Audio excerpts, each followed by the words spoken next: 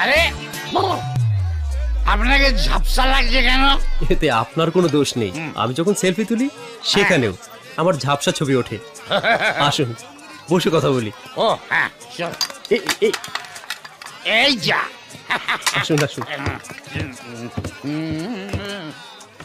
সারাদিন ভিক্ষা করি, 104 আর আহা। 3টে বড়ি, হুম আবার ঘরে এসে কেঁদে মরি, রেঁধে দেবে কে?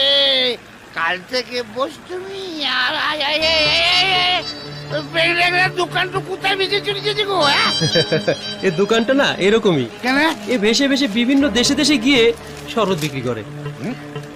কিন্তু আমার যেন মনে হচ্ছে আমিও বেঁচে দিয়েছি। চারদিকে জল দেখতে পাচ্ছেন?